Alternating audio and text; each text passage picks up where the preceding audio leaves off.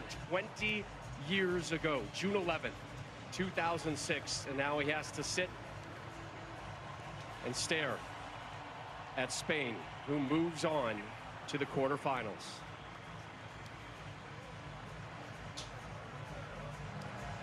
Lex, Spain saved it for late, but got the result that I think most will say is probably deserved. Yeah, I think when you look at these two teams, I do think that at times they were evenly matched. You know, this was not Mexico-England. This kind of was a fizzle of a game and a fizzling ending for that man there. But he is a legend regardless of what happened here. There will always be talk about was it right to bring him? Was it right to start him? Was it right to play him? Scored some goals here. Certainly didn't star in the way that we've seen him in the past.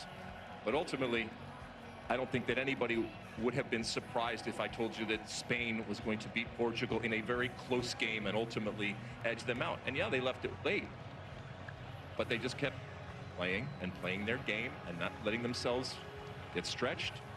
And then substitutions, as we heard. They're important. They can change and fundamentally change the game. Surprised he stayed on the field to close it out? Not really. I think the bed was made by Roberto Martinez and this Portugal team. I think this game was always going to be a chess match. The fact that Spain hasn't conceded a goal yet in this tournament, how lucky were we to get, you know, what we saw in the UEFA Nation League final as a round of 16 game. Sorry for Cristiano Ronaldo to go out of the tournament for what he's given to us on the international and club level. I don't know what his future holds, but it's been a joy to watch him play. And shout out to De La Fuente, the coach of Spain. He made all the right decisions. His subs came on and made the difference. Torres finding Marino with a great finish, and on the day, Spain with a better side. And look, you know, you see Ronaldo here, obviously very emotional. Probably most likely his last World Cup. I think what's disappointing, you know, for me and probably a lot of others is, you know, we talked about this Portuguese side coming into the World Cup that could potentially contend for this World Cup and win this World Cup, and their midfield being one of the best midfields of the World Cup, and Bruno Fernandes just not really having a pulse and a key cog within this team. And there's something off about this Portuguese side.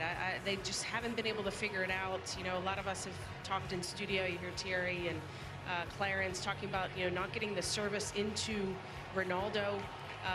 So there's definitely something, a vibe that just hasn't been clicking with this Portuguese side. And Spain, you know, to their credit, haven't been unbelievably amazing, but found a way to get it done.